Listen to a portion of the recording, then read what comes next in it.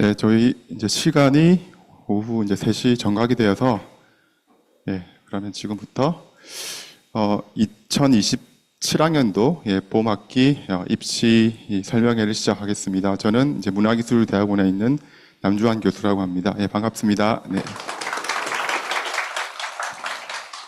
네. 저는 저희 학과에서 이제 학사위원장을 맡고 있고요. 그래서 여기 이제 앞에 서서 오늘 입시 설명회를 진행을 하게 됐습니다. 오늘 금요일이고 날씨도 좋고 월드컵도 2대1로 이겼다는 소식을 아주 좋은 소식을 들었고 아주 기분 좋은 날인 것 같아요. 여러분들이 아마 서울에서 오신 분도 많을 테고 또 지방에서 또 오신 분들도 많을 텐데 오늘 또 귀중하게 발걸음 하신 만큼 여러분들이 원하는 정보를 최대한 많이 또 얻고 가시길 바랍니다. 오늘 입시 설명회는 지금 저희 학과 교수님 총 몇 분이시죠? 7분? 8분 정도? 저 포함해서 잠깐만 지금 자리해 주셨고요. 네. 그리고 오프라인에 뒤에도 계시구나. 자리가 여기 있긴 한데. 네. 네. 오프라인에 한 4, 50분 오셨고 온라인에도 지금 한 22분 이렇게 지금 참석해 주셨습니다. 오늘 순서는요. 첫 번째로 이제 학과장님께서 학과 소개 먼저 진행해 주시고 또 여러분들이 사전 질문을 많이 보내 주셨어요. 그래서 거기 이제 저희가 정리해 가지고 각 교수님별로 간단하게 연구 소개도 하시고 또 질문 답변하시는 시간을 쭉 가실 것 같아요. 그리고 그 끝나고 나서는 여러분들이 자유롭게 또 질의하시면 저희가 또 답변하고 그렇게 1시간 정도가 또 진행되고요. 1시간 끝나고 나서 나머지 시간은 또 개별 면담을 할 수 있는 시간이에요. 아마 여러분들이 이메일로도 컨택하고 교수님들이랑 이렇게 얘기하고 싶은 기회가 되게 갖고 싶으셨을 텐데 오늘이 되게 바로 이렇게 직접 만나서 얘기할 수 있는 좋은 기회거든요. 그래서 또 그 면담 시간을 가지면서 더 깊이 있게 또 여러분들 PR도 하고 그죠? 또 궁금한 것 또 질문도 하시고 이런 시간을 또 가지시기 바랍니다. 그러면 저희 이제 학과장님을 큰 박수로 환영 부탁드립니다.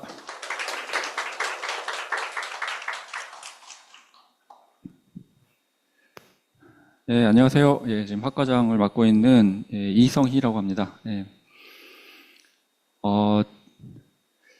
보통 성비가 한 50대 50 정도 되는데 올해는 이렇게 좀 관심 있는 분들의 여성 참가자들이 더 많으시네요. 아주 좋은 현상인 것 같습니다. 저희 이 카이스트가 좀 이게 남초 경향이 좀 있는데 저희 학과가 그걸 약간 그나마 좀 중화시키는 좋은 역할을 하고 있는 것 같습니다. 네, 그래서 학과 소개를 먼저 드리도록 하겠습니다.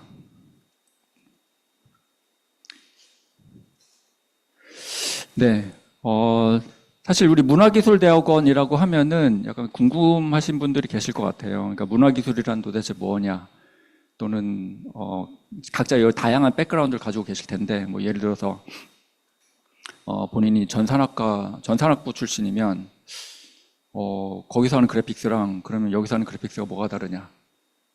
아니면은 전자과라든지 아니면 또 이제 인문사회라면 또는 디자인 예술이라면 그 전공에서 하는 거랑 우리랑 뭐가 다르냐? 이렇게 다양한 질문들, 차별성이 뭐냐? 이렇게 생각을 하실 수가 있을 것 같은데 저는 이제 그 배경 지식의 차이가 있다기보다는 이 비전에서의 차이가 가장 크다라고 생각을 합니다.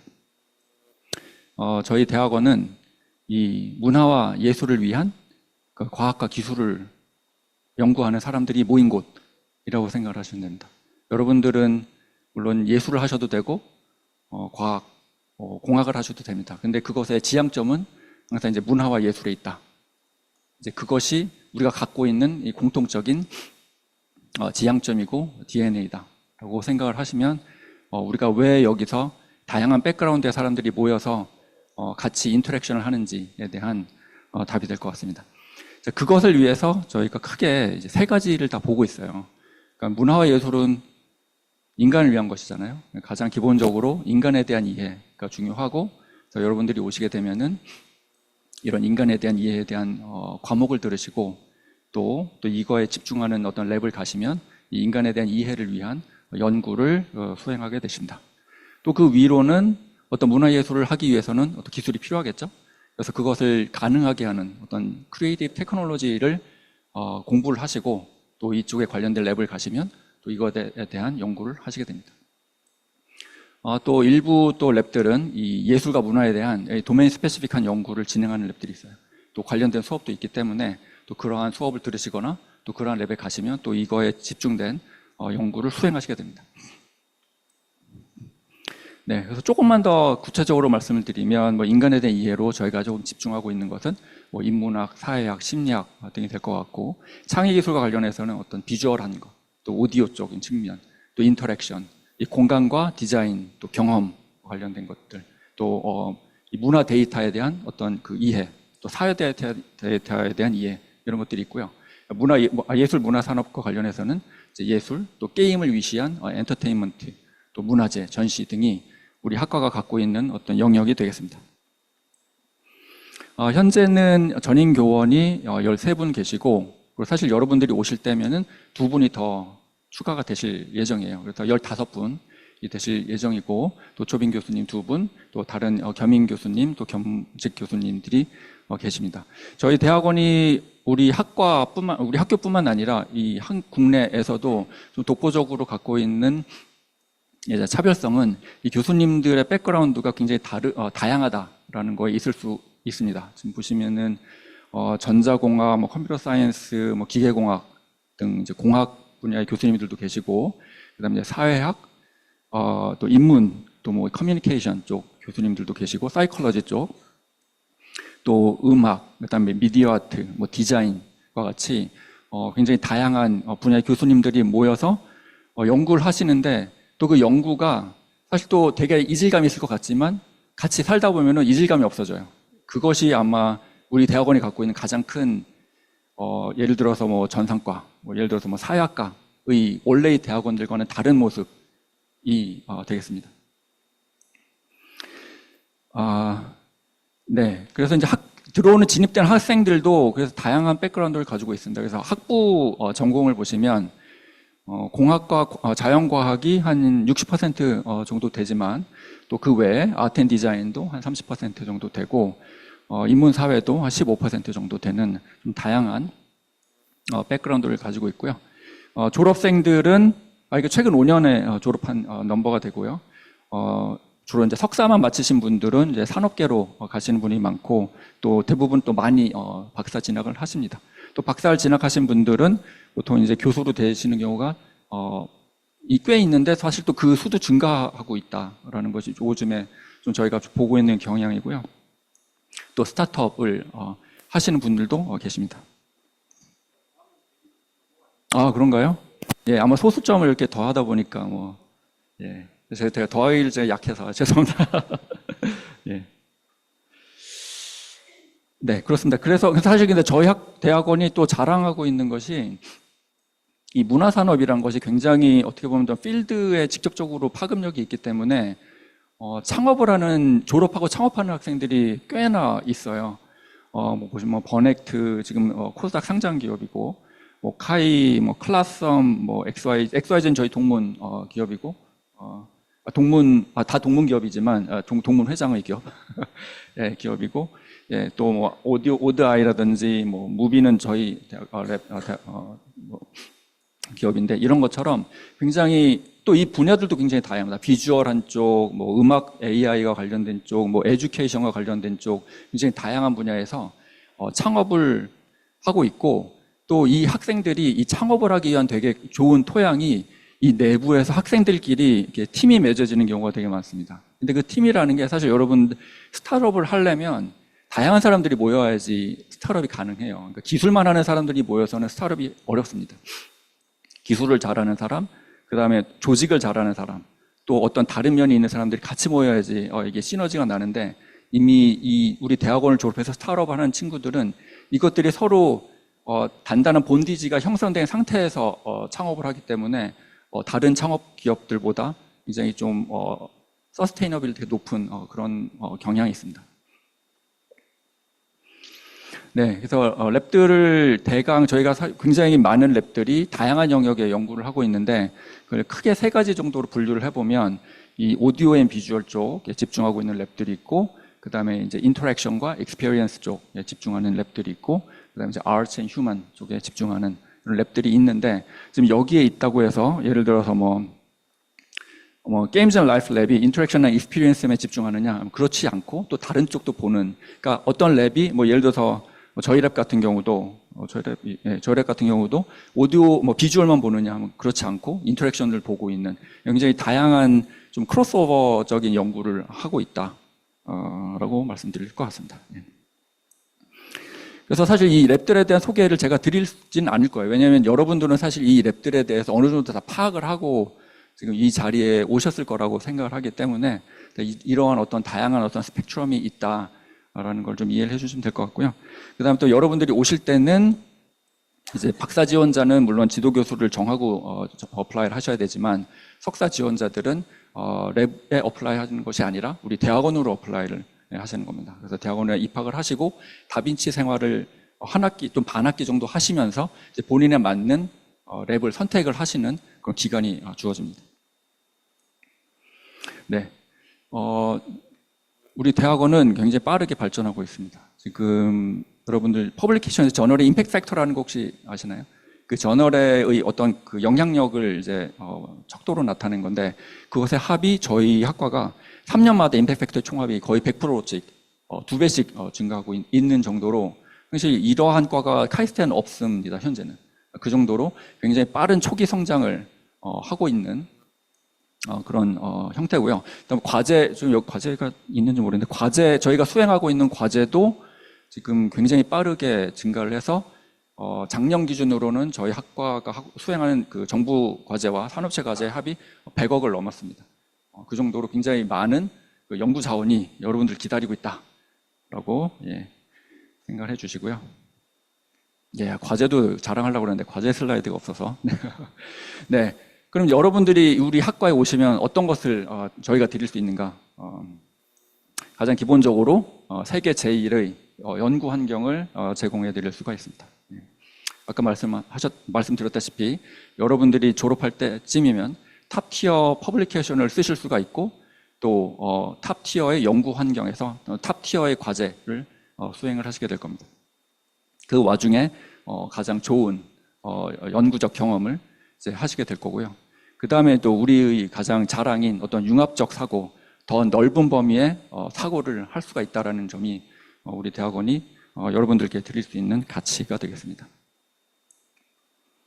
네. 그래서 많은 분들이 고민하실 거예요. 전산과 갈까? 기계과 갈까? 아니면 문화기술대학원을 갈 것인가? 여기에 맞는 것인가? 하는 문제에 대해서 이거 답이 없네요. 답이 없습니다. 사실 제가 생각하는 건 뭐냐면 사실 이거는 도돌이표로 맨 앞으로 가는데 비전을 같이 공유할 것이냐의 문제가 되겠습니다. 여러분들의 지향점이 예술과 문화에 있느냐 그것이 공유가 된다면 여러분들의 백그라운드는 전혀 상관이 없습니다. 이제 여기까지 제가 말씀을 드리고 그러면 다음으로 넘어가겠습니다. 감사합니다. 네, 우리 학과장님의 또 멋진 학과 소개 감사드립니다. 그 다음 순서로 저희 교수님별로 사전에 이제 할당된 그 질문에 대해서 좀 답변하는 시간을 가지도록 하겠습니다. 첫 번째 질문은 저는 그 문화기술대학원에서 이제 음악과 이제 기술에 대한 융합을 연구하고 있고요. 그래서 뮤직 앤 오디오 컴퓨팅 랩, 또 짧게는 맥랩이라 불리는 그것을 이제 이끌고 있고요. 주로 이제 최근에는 대부분 AI 연구 많이 하니까 이제 음악을 또 이해할 수 있고 또 생성할 수 있는, 특히 저희는 음악뿐만 아니라 오디오 콘텐츠 전반적인 연구도 하고 있는데 그런 분야로 다양한 연구를 수행하고 있다라고 간단하게 일단 소개를 드리겠습니다. 첫 번째 질문은 아마 여러분들한테 가장 중요한 질문일 것 같아요. 이거 어떻게 가리지? 입학 시 중요하게 평가되는 요소는 무엇인가요? 그죠? 학부 성적, 포트폴리오, 연구 실적. 다 중요하죠. 일단 하나씩 좀 뜯어볼까요? 학부 성적은 당연히 좋죠. 그러니까 높으면 좋죠. 근데 아마 교수님들마다 다 다른 기준을 가지고 있으실 것 같은데, 제 기준을 생각해 보면, 너무 높아도 좀 이상하지 않나? 아, 물론 훌륭한데요. 막 4.3 만점에 4.2 뭐 이러면 조금, 뭔가 좀, 뭐랄까요. 학교 공부는 잘하지만 사회생활이 좀, 좀 떨어지지 않을까라는 막연한 이제 생각도 해볼 수도 있는데, 어쨌든 개인 기준은 어느 정도 이상 되면 그 이상은 뭐 큰 차이는 없는 것 같아요. 그리고 저희 학생들을 봐도 제가 다 전수 조사를 해본 건 아니지만 학점이 높다고 연구실 와서 나중에 졸업할 때 좋은 연구를 하진 않더라고요. 예, 코릴레이션이 그렇게 강하지는 않다. 그래도 이제 어느 정도는 좀 돼야 되지 않을까라는 생각이 들고요. 포트폴리오는 없는 것보다는 있는 게 좋은 것 같은데 또 너무 많아도 예, 자세히 보시진 않는 것 같아요. 제 생각에는. 예. 그래서 막 무슨 두꺼운 책자를 여러 개 막 묶어가지고 보내주시는 경우도 있는데 꼭 그렇게까지는 안 해도 될 것 같고 중요한 부분, 특히 이제 뭐 팀 프로젝트를 한다거나 할 때는 그 본인이 말하자면 리딩했던 것들 중심으로 뭐 세컨드나 썰드나 이렇게 하기보다는 중심으로 이렇게 좀 하는 것들을 강조하면 좋을 것 같고 연구 실적은 필수는 아닌 것 같아요. 학부 때 논문을 쓰면 좋긴 하지만 꼭 쓰지 않더라도 뭐 괜찮은 것 같고요. 다른 프로젝트 경험이 많은 것도 괜찮은 것 같고 예, 물론 있으면 좋고요. 예, 그렇게 생각되고 저는 개인적으로 그 뭐랄까 자기 주도성, 내가 뭔가 스스로 어떤 내적 동기가 어떤 주제에 발휘해가지고 이런 경험 저런 경험을 많이 하고 그런 여러 가지 그러다 보면 자기만의 스토리가 생기잖아요. 예, 좀 고생도 하고 좀 좋은 경험도 하고 이제 그런 것들이 자기소개서에 좀 잘 녹아져 있으면 그래도 좀 뭐랄까 관심 있게 보지 않을까? 예, 뭐 그런 생각이 일단 듭니다. 예, 뭐 일단 이 정도로 답변을 드리고요. 두 번째 연구 성과는 어떻게 평가되며 CT-HCI와 연관된 인접 분야 연구 성과도 인정되나요? 연구 성과는 뭐 KCI는 국내에서 인덱싱이 되는 이제 저널들이고 국제학술지 또 국제학회들이 있는데 글쎄 이제 입학이랑 별개로 저희 학과 내에서는 그리고 카이스트 일반적으로는 그 한국에서는 소위 이제 SCI로 불리는 그 저널 인덱싱이 되는 저널들이 가장 객관적으로 인정받는 저널이긴 합니다. 예. 그리고 분야에 따라서 약간 인문사회 쪽이거나 할 때는 KCI도 당연히 아주 중요한 지표로 인정되고요.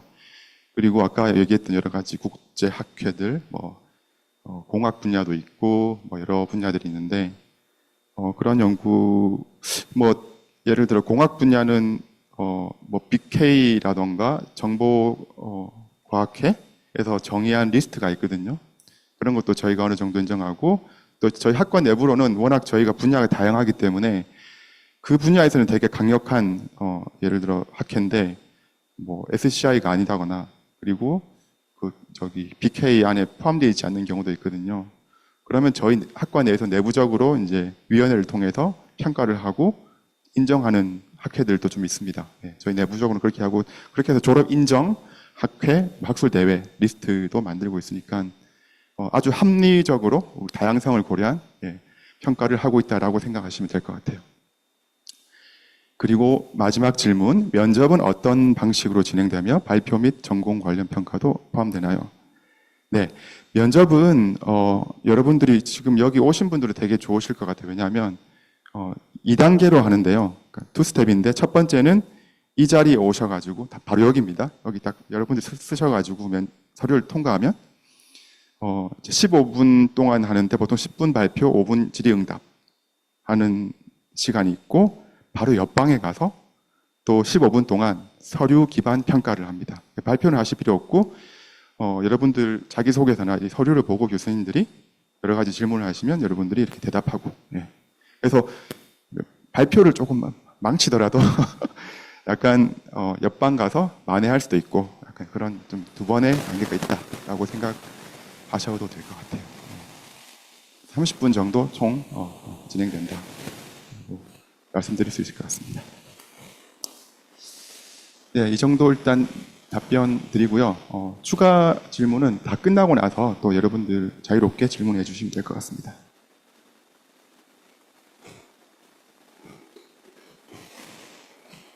두 번째는 저희 노준현 교수님, 예, 반갑게 지금 맞이 바랍니다. 네. 네, 안녕하세요. 반갑습니다. 비주얼 미디어 랩을 맡고 있는 노준영입니다. 비주얼 미디어 랩은 컴퓨터 그래픽스, 컴퓨터 비전 기술들을 활용을 해서 컨텐츠를 누구라도 쉽게, 이제는 꼭 전문가뿐만이 아니고 일반인들 누구라도 쉽게 그리고 효율적으로 그리고 고품질로 만들 수 있게 하는 데 필요한 여러 가지 기술들을 연구 개발하는 연구실이다라고 생각하시면 될 것 같습니다. 네, 그러면 저한테 주어진 질문에 대한 답들을 한번 해보면은요. 네, 입학전 준비하는 좋은 기술적 배경은 무엇인가요?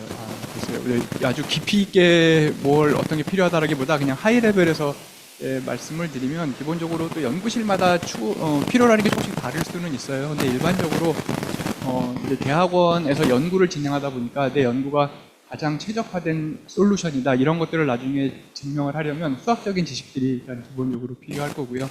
그래서 수학적인 지식이라고 하면 전통적으로 선형 대수라든지 벡터 연산이라든지 확률 통계 이런 것들에 대한 지식들을 많이 알고 있으면 있을수록 내가 활용할 수 있는 것들이 많아진다 이렇게 생각할 수 있고요. 그 다음에 또 유저 스터디를 하면 이게 통계적으로 의미 있다 이런 거를 보여준다는 측면에서 이런 통계 분석하는 그런 부분들도 알아두면 좋고, 그 다음에 이제 코딩도 할 수 있으면 좋다라고 하겠습니다. 그래서 파이썬이든 C든 연구실에서 필요로 하는 것들에 따라서 이런 코딩도 할 수 있는 기술들을 가지고 있으면 좋다라고 하겠고요.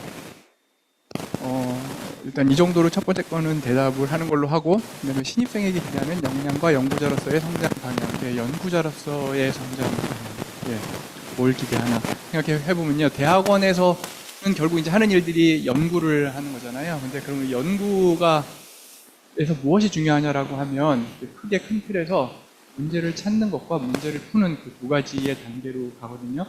근데 많은 사람들이 생각을 할 때 문제 푸는 거에 더 많이 집중하는 경우들이 있어요. 이 문제를 내가 어떻게 풀지? 문제가 주어지면 어디서 어떻게 풀어내야 내가 이걸 할 수 있는 거지? 이런 생각을 하는데, 어쩌면 더 중요한 거는 문제를 푸는 것보다 문제를 찾는 게 더 중요합니다. 그래서 교수님이 이 문제 풀어봐 이렇게 주고 그거라기보다는 내 스스로가 어떤 중요한 문제를 풀까를 고민하는 게 가장 중요하고요. 그거를 한번 해내면 어쩌면 이 연구의 한 반 이상은 했다라고 할 수 있어요. 근데 이제 학생들이 실수하는 것들 중에 하나가 예전에 이런 연구들이 없어서 제가 이걸 합니다. 이런 식으로 접근하는 경우들이 있는데, 예전에 없는 연구들은 어쩌면 중요하지 않아서 없는 경우들이 있을 수도 있거든요. 그래서 없는 문제를 찾는다기보다는 정말 그 중요한 그 자체가 얼마나 중요한지 그런 문제를 찾아서 연구를 하는 것이 중요하다. 그래서 문제를 찾아낼 수 있는 능력을 가지는 사람들, 이제 그런 사람들이 아마 훌륭한 연구자로서 성장할 수 있는 사람이 아닌가 싶습니다. 그런 쪽으로 고민을 좀 해보면 좋을 것 같고요. 그다음에 이제 경험이나 포트폴리오를 준비하는 것에 관련된 질문인데, 경험은 아무래도 우리 학과가 문화기술 대학원이다 보니까 앞에서 남주환 교수님도 설명을 해주셨지만 공부 잘하는 거 물론 중요하죠. 근데 그거뿐만이 아니고 문화적인 경험을 좀 얼마나 했는지, 또 문화적인 익스포저를 어느 정도 가지고 있는지, 이제 그런 것들도 자기 소개를 할 때 같이 들어있으면 좋을 것 같아요. 계속 나는 지난 20년 살면서 열심히 공부만 했어요 라기보다는 이런저런 다양한 경험을 했어요. 이런 것들이 훨씬 더 크게 어필이 될 수 있다고 생각하시면 좋을 것 같고요.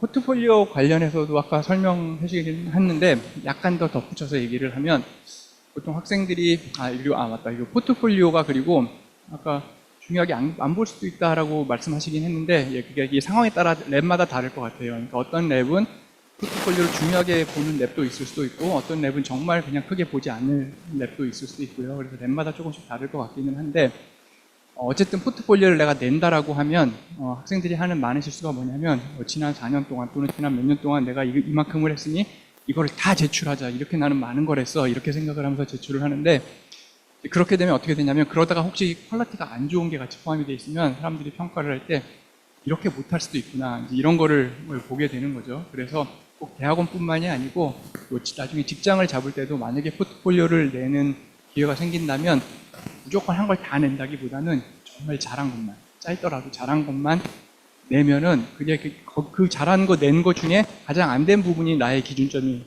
될 수 있는 거죠. 그런 거를 참고를 해서 준비를 하면 되지 않을까 싶습니다. 제 답변은 그 정도로 하는 걸로 하고요. 여러분들 준비 잘 해서 다음에 입시 성공적으로 해서 여기 돌아온 다음에 다시 볼 수 있게 되면 좋겠습니다. 네, 감사합니다.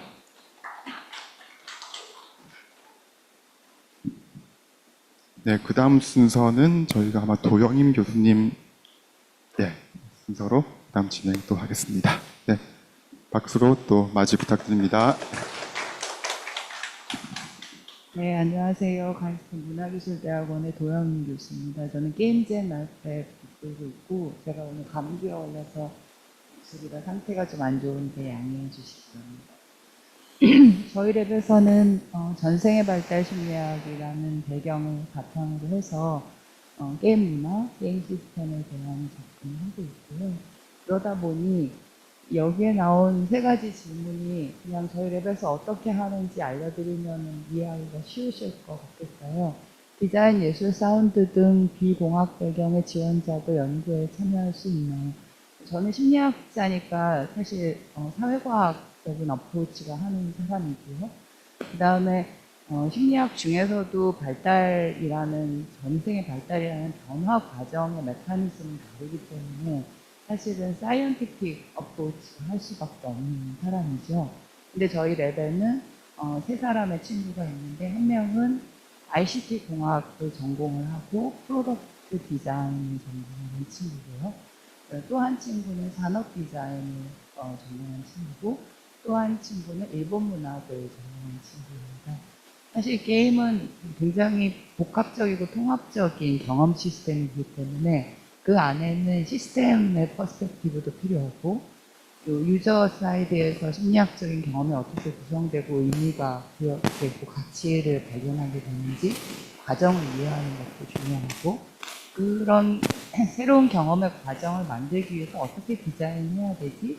어떤 서비스가 어떤 방식으로 제공되어야 되지라는 질문을 해야 되기도 하고 그 과정에서 만들어지는 서사가 어떻게 해석됨으로써 사람들한테 어떤 공명을 일으키는지 이 과정 단계들은 사실은 하나의 학문 관점으로만 접근해서는 이해할 수가 없습니다. 그러다 보니 저희는 예를 들면 네 사람이 랩 미팅을 할 때마다 하나의 아젠다에 대해 각자의 관점에서 얘기를 하고 그것이 어떻게 통합적으로 이해될 때 더 나은 단계로 우리가 다음 문제를 해결할 수 있을까 이런 논의를 계속하는 것이 랩 미팅 과정이 되는 것이고요. 그러다 보니 문화와 기술 양 분야에 대한 경험을 모두 갖추어야 하나요? 라면 사실은 그러면 제일 좋습니다. 그러니까 이제 예를 들어 저는 심리학을 경험을 했지만 또 인터넷 시스템이나 게임 시스템들을 공부하면서 시스템적인 사고를 이해하고 있기 때문에 그 시스템이라는 환경 안에서 플레이어의 경험이 어떻게 구성될지 라는 거를 이해할 수 있게 되거든요. 그러면 사실 여기에 저랑 같이 연구하는 친구 중에 ICT 융합을 시스템적으로 접근했다 하는 친구는 또 거꾸로 플레이어 관점에서 사람의 경험은 어떻게 구성되고 어떻게 측정해야 되고 어떻게 평가해야 되지? 라는 심리학적인 연구 방법론을 배우지 않으면 랩 안에서 공동 연구를 하기가 굉장히 어렵잖아요. 서로의 관점들과 서로의 분야에서 굉장히 강하게 쓰고 있는 다양한 연구 방법론들을 결합시키고 통합시키고 때때로는 그것을 조화롭게 만들어가면서 연구의 지평을 넓혀가는 것이기 때문에 가능하다면 다양한 분야의 경험들이나 사이언티픽 메소돌로지도 지금은 굉장히 많이 진화하고 있고 또 AI가 도입되면서 연구 방법론 자체에 대해서도 굉장히 큰 변화들이 일어나고 있습니다. 그래서 그러한 부분들을 계속 숙지하고 자기가 과학자로서 혹은 공학자로서 자기의 최종 아웃풋이 되는 연구 결과에 필요한 방법론과 접근 절차들은 좀 익히고 들어오는 것이 필요합니다. 왜냐하면 대학원의 석사과정 2년이 굉장히 짧고요. 그 다음에 서로 다른 전공을 하다 보니까 그것을 하나하나 방법론 차원에서 학부에서처럼 다 알려주거나 교육할 수 있는 시스템은 거의 없다고 보시는 게 좋고, 그러다 보니 그런 부분들은 다 개인적인 탐색을 통해서 자기의 스킬셋을 갖춰야 되는 문제입니다. 그래서 가능하다면 그런 준비를 조금 미리 하고 오시면 교내에 적응하고 연구를 여기 와서 배운다가 아니라 들어와서 연구를 실천하면서 성장한다. 이렇게 사고하시는 게 더 좋을 것 같습니다. 다양한 전공 배경의 학생들은 연구실에서 어떤 역할과 강점을 가질 수 있나요? 지금 말씀드렸던 것처럼 저는 심리학자로서 심리학적인 관점에서 경험을 해석하거나 분석하거나 측정 평가하고 그것을 어떻게 디자인적인 메소돌로지랑 연결시킬까를 고민을 한다고 하면 ICT 공학을 한 친구는 ICT 공학의 관점에서 어떻게 사람들의 삶에 스며들 수 있는 방식으로 시스템이 설계되어야 되는가를 고민하기도 하는 거죠. 그리고 인문학적인 소양을 가지고 있는 일본 문학을 하는 친구는 그러면 그런 사람들이 느끼는 경험하는 가치는 뭐지? 이제 이런 질문을 던질 수가 있고 또 서비스 디자인을 하는 친구들의 경우에는 그 엔드 아웃풋에 그러한 가치를 담기 위해서 우리는 이 경험을 어떻게 조직화하고 설계해야 되는가 이런 질문을 할 수 있겠죠. 근데 그 중에서 하나라도 그 부족이 되는 서로의 그런 조각이 맞춰지지 않으면 저희가 만들어내거나 경험하거나 만들어내고자 하는 최종 아웃풋까지 가기가 굉장히 어렵거든요.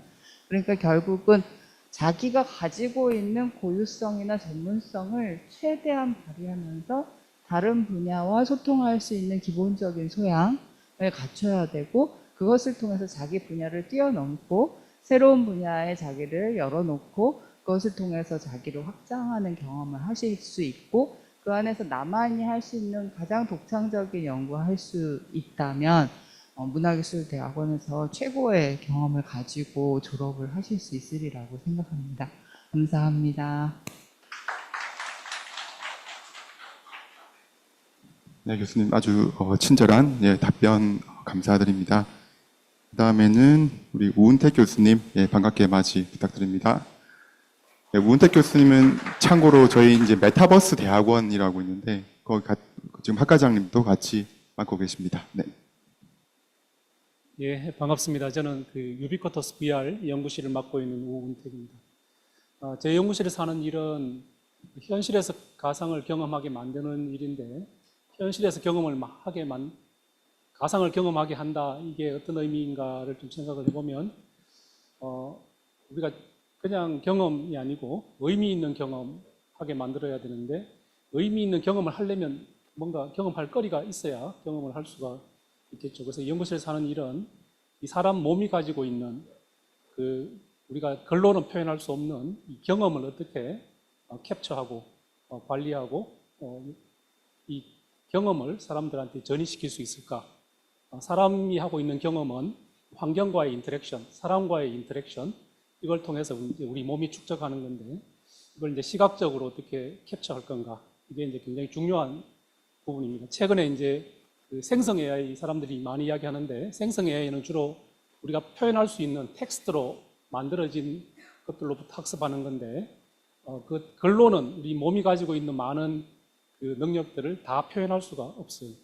우리 몸이 가지고 있는 이 능력들을 가장 효과적으로 캡처하고 관리하고 또 컴퓨터가 활용할 수 있도록 해서 내가 적응적으로 다른 환경에 가서도 표현할 수 있게 그냥 캡처한 걸 똑같이 표현하는 게 아니고 우리가 3차원 공간에서의 사람 몸의 움직임을 캡처했기 때문에 바뀐 환경에서 그 캡처한 게 적응적으로 그 환경에 맞게끔 재현하는 거. 그렇게 하려면 이 컴퓨터 비전도 해야지 되고 그래픽스도 알아야 되고 인터랙션도 알아야 됩니다. 그래서 저희 연구실은 이런 컴퓨터 비전, 컴퓨터 그래픽스, HCI 이 융합을 통해서 사람들한테 새로운 경험을 주는 연구를 주로 하고 있습니다. 그러다 보니까 이제 학생들도 굉장히 다양한 백그라운드 학생들이 같이 융합적인 연구를 하는데요. 지금 이제 저한테 주어진 이 질문은 보니까 연구실 컨택은 어느 정도 필요한가? 여러분들은 학부생이 아니고 대학원에 오게 되면 우리가 이제 대학원에서 같이 교육을 받지만 대학원생들은 기본적으로 연구실 생활을 하게 됩니다. 연구실마다 조금 컬처가 달라요. 문제를 정의하는 방법도 다르고 문제를 해결하는 방법도 다르기 때문에 내가 하고자 하는 일이 어떤 일인지 지금 그 연구실이 지향하는 바와 그 연구실이 가지고 있는 여러 가지 축적된 역량이나 또 해결하는 방법이 나랑 잘 맞는가는 여러분들이 미리 알아봐야 됩니다. 그냥 막연하게 와서 어떻게 되겠지 하면 절대 어떻게 여러분한테 기회가 안 줘요. 우리가 좋은 제도가 있긴 해요. 이제 한 3개월, 6개월 다빈치 랩에서 같이 생활하면서 모셔가는 기관이 있긴 하지만 그 기간은 너무 짧아요.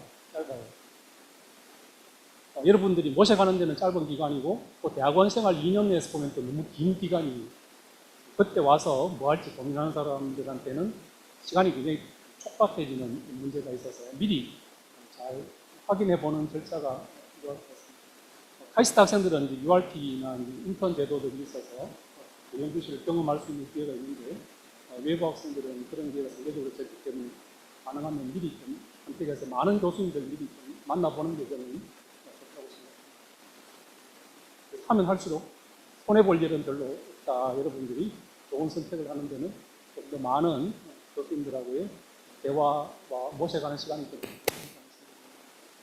그리고 이제 공식 입학 전형과 연구실별 리크루트먼트 서베이는 아마 입학할 때 입시 과정에서 아마 하는 것 같은데 이것도 여러분들이 전략적으로 잘 대응할 필요가 있습니다. 1지망, 2지망, 3지망을 적게 되면 교수님들이 이제 학생들 나중에 선택을 할 때 누가 우리 연구실에 관심 있는지를 보고 또 이제 카이스트 장학생 선발할 때는 또 그게 영향을 미치기 때문에 어떤 게 여러분들 이제 게임 이론 알잖아요. 그래서 이제 어떤 게 나한테 가장 유리한 전략인지를 잘 생각을 하고 대응을 할 필요가 있어요. 한 연구실만 적는 것도 용감하고 좋긴 한데 그럼 기회를 다 날리는 게 되는 거고 또 적는데 너무 또 경쟁률이 높은 연구실만 몰아서 찍으면 없는 거나 마찬가지가 돼서 자기가 하고 싶은 일이랑 연구실에서 하는 일이랑 우선순위를 잘 생각해서 전략적으로 어떤 연구실을 지원하면 나한테 가장 유리한지 생각해 보시면 됩니다. 그리고 연구실별 연구 분야와 세분 연구 동향을 어디서 확인할 수 있나 기본적인 질문이긴 한데 여러분들은 대학원생들이기 때문에 모든 결과물은 논문, 페퍼, 소프트웨어 등등 해서 여러 가지 형태로 연구실마다 차이는 있지만 기본적으로는 논문으로 여러분들 연구 결과가 정리가 됩니다. 어떤 연구실이 어느 분야를 연구하는지는 그 연구실에서 어느 컨퍼런스에 가서 주로 활동을 하는지를 보면 그게 그 연구실의 정체성입니다. 어떤 커뮤니티에서 그 연구실이 활동을 주로 하고 인정을 받는지를 보시면 이 연구실이 내가 하고자 하는 일이 잘 맞는지를 볼 수 있습니다. 예를 들면 뭐 컴퓨터 비전을 한다. 그러면 대표적으로 뭐 CBPR이라든지 ICCB라든지 거기에 그 분야의 아주 대표적인 탑티어 컨퍼런스가 있고 컴퓨터 그래픽스 그러면 뭐 시그래프라든지 시그래프 아시아라든지 그래픽스 쪽에 가장 더 좋은 저널이 있고 HCI는 카이가 있고 가상현실 증강현실은 VR 이스마라는 대표적인 학회가 있어요. 그래서 어느 연구실에서 어느 학회에 꾸준히 논문을 내는지가 그 연구실의 정체성이다. 그래서 이제 그 연구실의 최신 연구 동향은 당연히 논문으로 잘 정리가 되어 있고 그 연구실이 어떤 분야에서 어떤 역할을 하는지 어떤 지향점을 가지고 있는지는 그 연구실이 만들어내는 출판물의 목록을 보시면 이제 명확하게 이해를 할 수 있습니다. 대학원생이기 때문에 이제 그런 부분들은 잘 확인을 하고 연구실에 지원을 하시면 대학원 생활이 좀 더 의미 있어지지 않을까 생각하면서 그 답변을 남겨드리겠습니다. 고맙습니다. 감사합니다. 그 연구실 컨택 관련해서 간단하게 그냥 제 코멘트를 하나 드리면 저도 사실 컨택 이메일 많이 이제 받는데 바로바로 답변하기 힘들 때가 많거든요. 보통 주말에 몰아서 해야지 하다가 까먹는 경우도 있고 또 학생들마다 이런 어떻게 느끼실지 모르겠지만 좀 빨리 컨택을 하고 싶은 학생도 있고 좀 아닌 학생도 있을 때도 있어요. 왜냐하면 이메일 쓸 때 어떤 성의와 뭐 이런 것들이 보이잖아요. 어떤 글 스타일이나 그런 걸 보면서 어쨌든 연락이 안 왔다 교수님한테 그럴 경우에는 그 연구실 학생들한테 혹시 이메일을 알 수 있으면 개인 홈페이지를 통해서 학생을 컨택하고 또 학생들 입장에서 그 연구실 학생들 대학원 또 답을 얻는 방법도 있더라고요. 그래서 저희 학생들도 한 번씩 컨택 이메일을 받고 답변해 주는 경우도 있고 그런 몇 가지 또 뭐 팁이라고 할까요? 예, 또 방법도 있으니까 예, 오늘 여기 참가하신 분들한테는 예, 알려드립니다. 네. 그다음 윤상호 교수님. 예. 네, 안녕하세요. 저는 HCI 테크랩의 윤상호입니다. 네, 저희 연구실은 뭐 다양한 뭐 인간 중심 쪽 경험을 뭐 다양한 인터페이스 쪽에 연결하는 그런 연구를 하고 있고요. 뭐 XR 쪽에서의 인터페이스나 뭐 기존 모바일도 있고 아니면은 이제 최근에는 로봇 쪽 이런 것들 관련 다양한 인터랙션 관련 연구를 진행하고 있고요. 일단 지금 질문이 두 개가 있는데 첫 번째는 이제 학생들은 연구실에서 어떤 역할을 수행하며 프로젝트와 논문 연구에 어떻게 참여하나요? 라고 되어 있는데요. 이게 그 연구실마다 다 다릅니다. 또 어떤 또 같은 연구실이라도 이게 시간에 따라 조금씩 다를 수도 있는 부분이 있고요. 그래서 실질적으로 이제 저희 연구실을 예를 들어보면, 본인 연구랑 뭐 그 온라인이 잘 된 프로젝트를 하는 학생이 있는 경우는 뭐 연구를 하면서 프로젝트를 하는 경우도 있고요. 근데 이제 실질적으로 프로젝트랑 연구랑 조금 괴리가 있는 부분이 있으면 연구는 연구대로 하고 또 프로젝트 업무는 또 프로젝트대로 하고 그렇게 또 진행을 하는 학생이 있는 것 같습니다. 그래서 학생들이 그리고 연구실에서 어떤 역할을 수행하냐라고 하면은 되게 다양한 것 같습니다. 그리고 저희 연구실 같은 경우 예를 들어서 뭐 각자 이제 롤을 다 어사인해서 뭐 1년이면 1년, 뭐 한 학기면 한 학기 단위 이렇게 롤을 이렇게 서로 이제 바꿔가면서 진행을 하고 있고요. 그렇고 될 것 같고 두 번째는 이제 석사, 박사과정 학생들은 어느 정도 주도적으로 연구를 수행하는데요. 이것도 이제 그 두 가지 경우가 있는 것 같습니다. 이게 일단 아까 뭐 문택 교수님도 말씀을 하셨지만 결국은 이 어떤 연구를 하는지 다 보고 오는 거잖아요. 그래서 뭐 예를 들어서 뭐 임경태 교수님 LLM 하시는데 가서 이제 컴퓨터 비전을 하겠다든지 아니면 저희 연구실에 와서 LLM만 하겠다 뭐 이런 식으로 주도적으로 할 수는 없고요. 어느 정도 온라인을 맞춰야 합니다. 근데 이제 제가 이렇게 얘기를 드리는 이유는 실질적으로 그런 케이스가 있어서 얘기를 드리는 거고요. 네.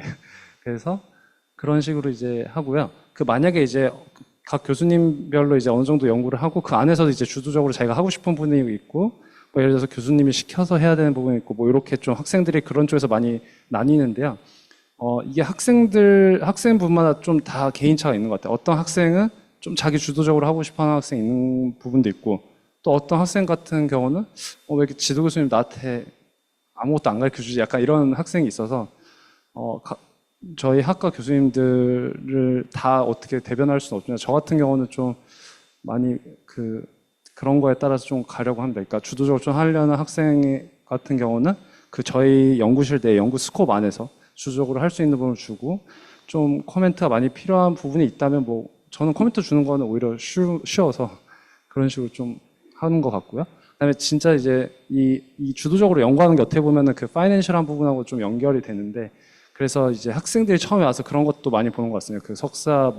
석사과정 장려지원금, 박사과정 장려지원금 그쪽으로 이제 본인이 자기 아이디어로 뭐 잘 연구실 스코프랑 맞춰서 연구 주제를 내면 잘 되면 뭐 파이낸셜적으로도 자기가 이제 주도적으로 연구를 하면서 뭐 연구 장려 지원금도 받고 뭐 그런 식으로 진행하는 것 같고요.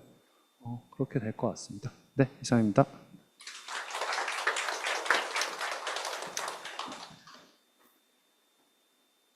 예, 이원재 교수님 부탁드립니다.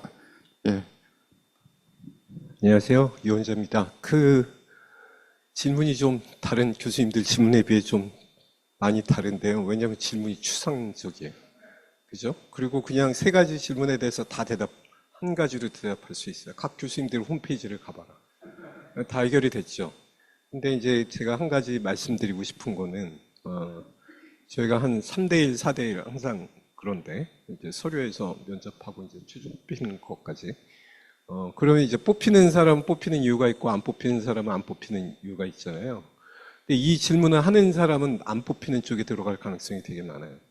그러니까 제가 뭐 이거를 힐난하는 게 아니고, 본인의 목표의식이 굉장히 뚜렷하고, 그 분야에 대해서 관심이 있어서 남들보다는 그 분야를 내가 좀 안다라고 하는 사람이 대학원 수준의 연구를 하고 싶어서 오는 게 대학원이지, 마치 이 질문을 보면은 대학원 한번 가볼까? 거긴 뭐 가르쳐요? 라고 묻는 것 같잖아요. 근데 벌써 자세히 그렇게 돼 있다면 사실은 카이스트에 오시는 거는 제가 권해드리지 않습니다. 그래서 이제 각 교수님 본인이 진짜 뭘 하고 싶은지 좀 확실하셨으면 좋겠고, 최소한 내가 내 주변에 있는 친구보다는 이 분야를 사랑하고 잘 알기 때문에 훌륭한 교수님들과 훌륭한 연구를 하고 싶다. 그런 마음가짐이 있는지를 다시 한번 스스로 좀 점검을 해보기 바랍니다.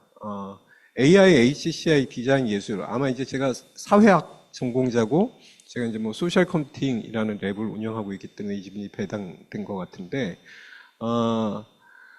제가 이제 뭐 10년이 넘게 뭐 교수로, 그 전에 뭐 박사과정 학생으로 일을 하면서 제가 이렇게 지켜본 바로는, 융합은 아마 여러분들이 생각하시는 것보다 훨씬 많이 진행이 되고 있어요. 그러니까 여러분이 전산과를 가셔도 이전에 10년 전에 전산학자가 하던 것보다는 훨씬 융합적인 연구들을 지금 많이 하고 있거든요.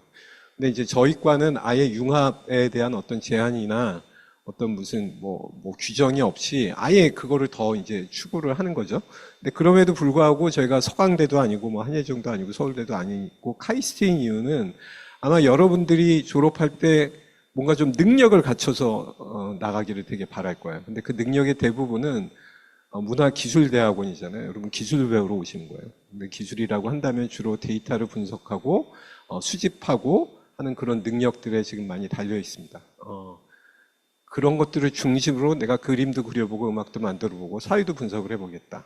뭐 그런 분들을 저희가 환영하고 같이 일하게 되기를 바라고 있습니다. 예.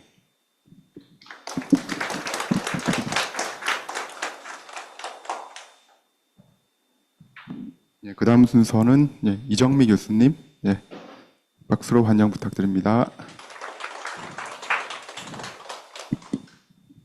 네, 안녕하세요. 저는 문화기술대학원에서 비주얼 코그니션 랩을 이끌고 있는 이정미라고 합니다.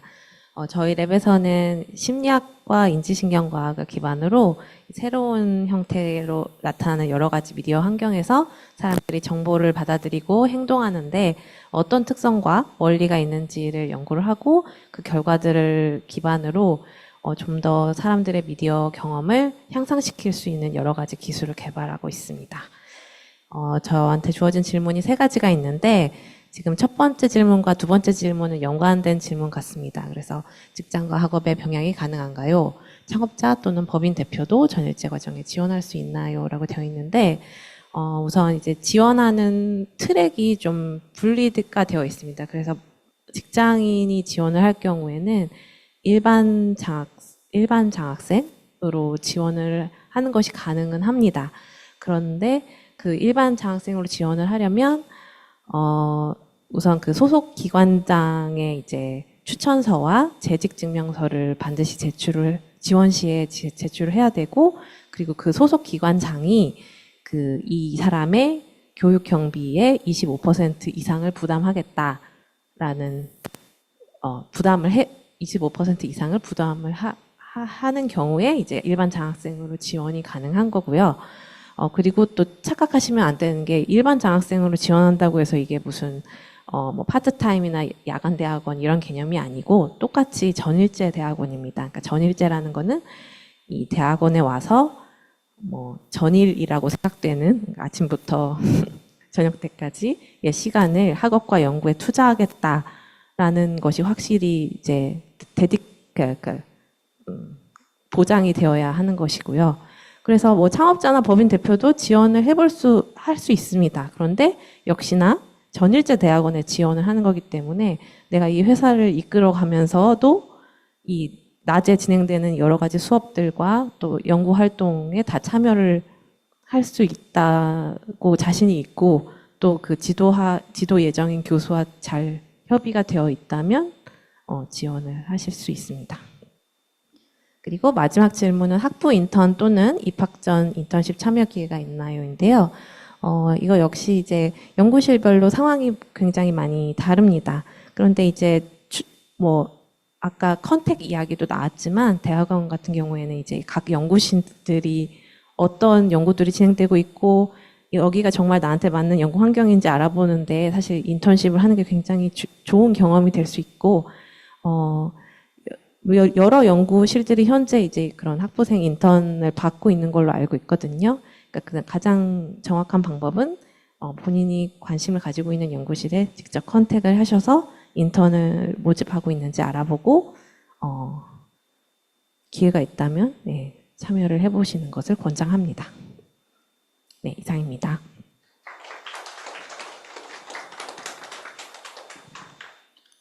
저희 마지막에 질문 하나가 있는데요. 학과장님한테 배정됐는데 이 질문 아마 앞에 학과 소개에서 미리 이미 소개를 한 것 같아서 따로 답변을 안 드려도 될 것 같습니다. 지금 저희 입시 설명회가 10분 정도 남아 있는데요. 그 시간 동안 여러분들 이제 자유롭게 질의응답을 받는 순서로 하겠습니다. 여기 지금 오프라인에 계신 분들은 손을 들고 질문하시면 될 것 같고, 그리고 저희가 온라인으로 들어오신 분들한테도 채팅 윈도우를 보면서 마이크 소리가 안 들린다고요? 이런 일이 있었다니. 네네. 지금 영상 녹화가 되고 있거든요. 그래서 나중에 녹화본을 좀 참고해 주시면 좋을 것 같아요. 네, 일단 저희 학과 홈페이지에 아마 게시가 되는 걸로 알고 있습니다. 네, 그래서 일단 오프라인에 좀 참가하신 분들 중심으로 먼저 질문을 좀 받겠습니다. 네, 누가 이렇게 자신 있게 먼저 손을 들고 질문해 주실까요?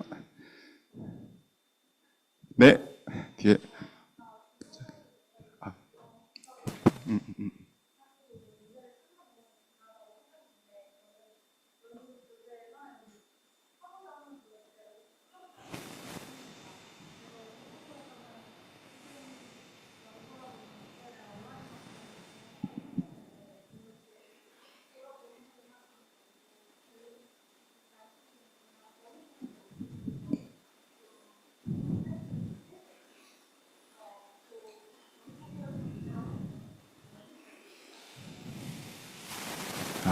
네네.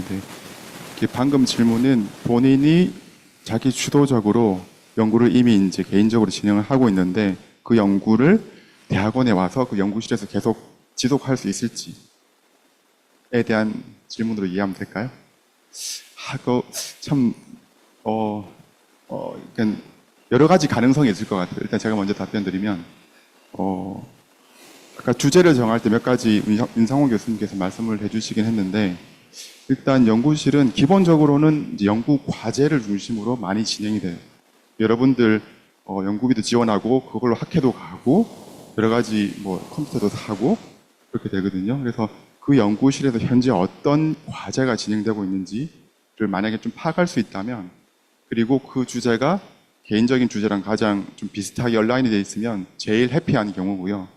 근데 그 연구실의 주제랑 되게 많이 좀 동떨어져 있다거나 그러면 그거는 이제 그 교수님이랑 얘기를 해봐야 될 것 같아요. 나는 이런 연구를 그동안 이렇게 많이 진행했고 연구실에 와서 조금 더 발전시키면 더 훌륭한 연구가 될 것 같다라고 설득을 할 수 있다면 되게 자유롭게 진행되는 경우도 있어요. 그래서 어떤 경우에는 과제에 이름은 들어가 있지만 실제로 그 연구를 수행하지 않고 연구를 수행하는 경우도 왕왕 있긴 합니다. 저희 연구실에서도.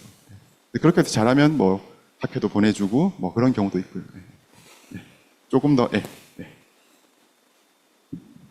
네, 앞에서 교수님들이 잘 설명해 주셨지만 제가 보통 학생들한테 설명하는 방식으로 한번 다시 설명을 해 볼게요. 남주현 교수님 말씀하신 것처럼 일단 연구실, 연구기관이 돌아가는 방식은 펀딩이 있어야 되잖아요. 그래서 이 펀딩이 있어야 학생들한테 충분히 인건비도 줄 수 있고 또 논문을 발표하면 학회에 갈 수도 있고 하기 때문에 펀딩이 되게 중요하고요. 그래서 이 펀딩은 뭐 나라든지 이제 기업체들에서 오게 될 것이고 그쪽으로 관련된 이제 프로젝트가 진행이 될 거예요. 근데 이제 프로젝트와 연구가 어떤 관계가 있느냐에 대해서 좀 설명을 하려고 나온 건데요. 뭐 예를 한번 들어보죠. 만약에 어떤 우리가 프로젝트를 수주를 했어요. 그래서 그 프로젝트는 뭐냐면 500층짜리 건물을 짓는 프로젝트예요. 이제 그거를 짓는 거죠. 근데 그거를 짓는데 그거를 해야 된다라고 이제 미션이 떨어지면 학생들이 어떻게 생각하냐면 500층까지 막 벽돌을 쌓아 올려서 우리 이거 다 했습니다. 라고 한 다음에 검사 받고 돌아서서 근데 나는 어떤 연구하지? 이제 이렇게 생각을 한단 말이죠. 완전히 그걸 독립적으로 생각하는데 그렇게 하면 안 되고 500층짜리 건물을 짓는 프로젝트를 하게 되는 이유는 뭐냐면 그동안에는 할 수 없었는데 그동안에는 400층까지밖에 건물을 짓는 기술이 세계적으로 알려져 있지 않았는데 500층짜리 짓는 원대한 프로젝트를 진행을 함으로써 이제 거기서 이제 문제를 찾아내는 거죠. 그걸 가능하게 하는. 예를 들자면 엘리베이터 속도를 빠르게 올려서 사람들이 500층까지 가더라도 불편함 없이 엘리베이터를 타고 지나다닐 수 있다든지, 또는 물을 예전에는 400층까지밖에 못 끌어올렸는데 500층까지 물을 끌어올리는 그런 기술을 새로 개발한다든지, 그러니까 이러한 내재된 문제들이 있었기 때문에 그동안 못했는데 이제 그거를 찾아내는 능력이 필요하다는 거라고 보면 되겠습니다. 그래서 정리해서 얘기를 하면, 기본적으로 연구실에서 프로젝트를 한다. 그걸 수행하는 과정에서 그동안에는 불가능했었던 어떤 문제들을 찾아서 그 문제가 바로 내 연구 주제가 되면 가장 잘 얼라인 됐다라고 생각을 하면 돼요. 근데 아까 얘기한 것처럼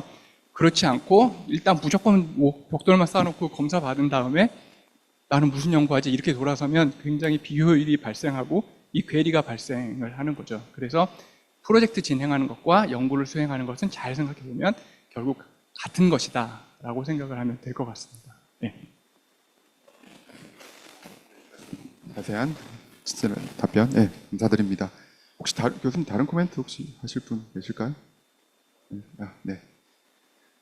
네, 그러면 답변이 충분히 됐을 거라고 생각을 하고요. 또 다른 또 질문 또 받겠습니다. 저 뒤에 계신 학생.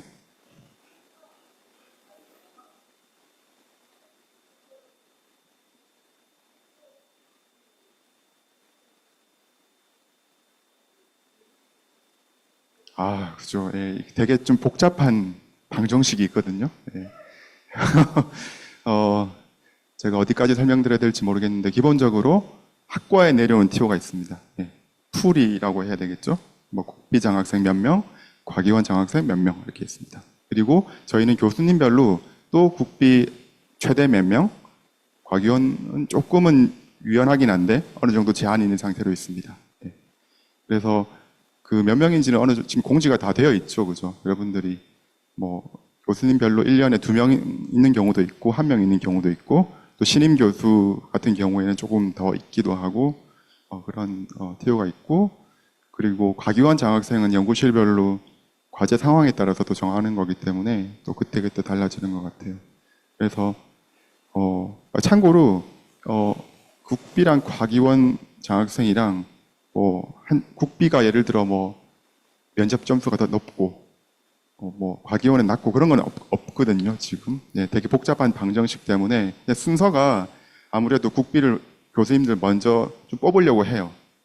교수님들 입장에서도 과제 지원을 좀 덜 하게 되더라도 학비를 학교에서 받을 수 있으니까 과기원 장학생은 과제에 비해서 지원을 해야 되고, 그런 차이가 있는 거지 특별하게 구분은 안 하셔도 될 것 같아요. 혹시 다른 또 코멘트 없으시겠죠? 네. 그리고 그다음 그럼 질문을 하나 정도 더 받을까요? 지금 시간상. 네. 그러면 여기.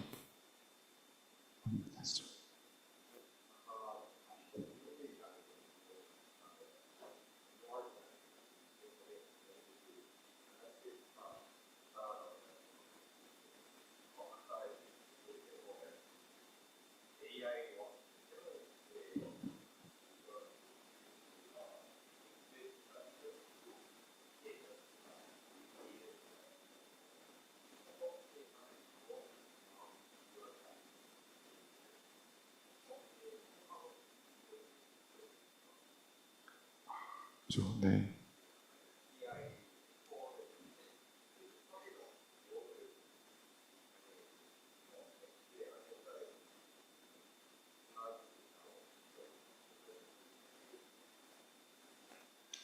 이미 답을 다 하신 것 같은데, 마지막에서. 네. 일단 제가 간단하게 먼저 답변 드리고, 혹시나 또 여러분들이 특히 저희 문화 산업이나 예술 분야는 그런 더 중요한 것 같아요. 이게 누구를 위한 것인가? 이 기술이 그냥 재미있어서, 아니면 남들이 한 적이 없으니까, 보다는 이 기술이 어느 유저들, 말하자면 타겟 유저들을 위해서 좀 유용하게 쓸 수 있을까라는 좀 진지한 고민이 필요할 것 같아요. 그래서 어떤 경우에는 그런 대상으로 하는 사람들을 직접 만난다거나, 아니면 간접적으로 좀 자료를 찾아본다거나, 그런 식을 통해서 이 연구에 대한 필요성, 중요성들을 파악을 해야 될 것 같아요. 보통 저희가 연구 과제를 제안할 때 사실 그런 부분이 되게 중요하거든요. 배경과 필요성, 중요성, 그리고 어떤 또 기대 효과가 있는지. 예. 그래서 그거는 예, 그런 여러 가지 과정들을 통해서 예, 여러분들이 좀 찾아보실 수 있을 것 같고요. 혹시 더 뭐 추가?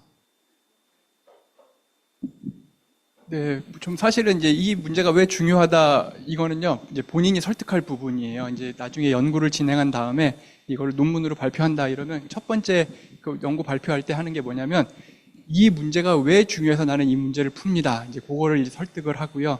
그 다음에 이제 그거에 대한 방법론을 쫙 자기가 한 것들을 설명한 다음에 뒤에 가서 이제 그걸 검증하는 과정이 거치는데 이제 그걸 이제 검증을 예를 들자면 하는 방법들은 여러 가지가 있을 텐데 한 가지 가장 쉬운 방법은 말씀하신 대로 유저 테스트 같은 걸 해볼 수가 있는 거죠. 뭐 예를 들자면 예전에는 뭐 아티스트가 이런 것들을 만드는데 내가 방법론을 제시하기 전까지는 이게 하루가 걸리던 작업인데 내 방법론을 적용을 했더니 2시간밖에 안 걸리더라. 또는 10분밖에 안 걸리더라. 그러니까 이 사람들의 생산성을 굉장히 향상시켜 주었다라는 유저 테스트 결과가 있다. 라든지 또는 뭐 퀄리티가 예전에는 사람들이 만족도가 1부터 5까지 척도로 했을 때 만족도가 예전에 있던 방법론으로는 한 3.5 정도밖에 안 나왔는데 내 방법론을 썼더니 뭐 4.2가 나오더라. 이제 이런 것들을 증명을 해 나가는 과정이라고 할 수 있거든요. 그래서 언제든지 간에 이제 항상 보면 이 문제가 과연 중요한 것인가 이제 그거를 굉장히 고민하는 그 자체가 이제 그게 연구의 첫걸음이라고 할 수 있겠습니다. 답변이 되었을까요? 네. 마지막으로 학 과장님 뭐 아까 답변하실 게 마무리 멘트 해주셔도. 네, 그러니까 제가 아까 마지막에 좀 그러니까 어떤 사람이 우리한테 맞느냐라고 했을 때 이제 이제 배경과 상관없이 이 문화와 예술에 대한 지향점을 비전을 공유하면 된다라고 말씀을 드렸는데 맞습니다, 맞고 근데 이제 그런 지향점을 갖고 이제 굉장히 뛰어남에도 불구하고 이제 아쉽게도 탈락하는 경우가 있어요. 근데 이제 어떤 분이 그 탈락을 하느냐면은 전체적으로 맞긴 하지만 사실은 거기서 저희가 하나 더 보는 것은 이 우리 대학원이 현재 하고 있는 그 랩들과 이 피트니스가 맞느냐가 사실 두 번째의 리퀘어먼트가 되긴 합니다. 왜냐면은 굉장히 뛰어난 탤런트가 있고 훌륭한 분이지만 또 우리 대학원이 현재 그분을 수용하지 못하는 경우가 있습니다. 왜냐하면 연구 분야가 저희가 모든 분야를 커버하진 않기 때문에 그래서 그것 좀 감안을 해주시고 만에 하나 이제 본인이 이제 지원을 하셨는데 좋은 결과가 안 나왔다면 이제 그런 이유도 있을 수 있다라는 것을 좀 감안을 해주시면 좋겠고요. 네, 그래서 좀 멀리 또 바쁘신 와중에도 이렇게 대전까지 오셔가지고 입시 설명회를 이제 참석해 주셔서 감사드리고, 요 다음은 그러면 이제 각 그 개별 면담이죠. 예, 그럼 개별 면담에 대한 그 안내도 아마 남정 교수님께서 해주신 거 맞나요? 네네. 지금 이제 공식적인 입시 설명회는 지금 이제 마무리하고요. 저 앞에 가시면 각 연구실 위치랑 아마 다 안내를 받으셨나요, 혹시? 네네. 그래서 지금부터 각 연구실을 직접 찾아가셔가지고 해당 교수님이랑 면담을 진행하시면 될 것 같습니다. 네, 그러면 이제 저희 입시 설명회를 마치도록 하겠습니다. 네, 감사합니다.